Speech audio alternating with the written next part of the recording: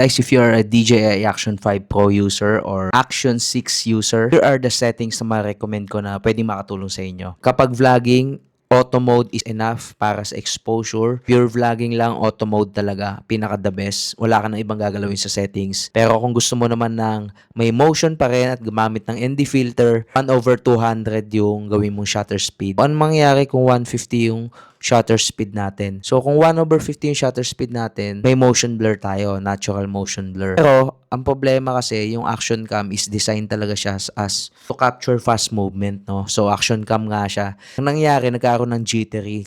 Hindi siya katulad ng camera na yung camera mismo yung nag-stabilize. Ito kasi, ang action cam, ang nag-stabilize nito is software niya mismo. So, kung papansinin nyo, di ba dapat times 2? So, dapat 120 lang kasi 60 FPS yung FPS natin. Bakit naging 200? Kasi para mas mabilis yung shutter speed natin, no? Pero kung talagang pure cinematic ka at gagamitin mo tong Action 5 Pro at meron kang pang-stabilize gaya ng mga gimbal, yung mga ganyan, or static shots lang yung mga kuha mo. So, I suggest na kung 4K over 24 FPS ka, 1/50 yung shutter speed, sundan natin yung rule sa pag-shoot ng video. So, okay. Thank you guys for watching. I hope na nakatulong tong video na to.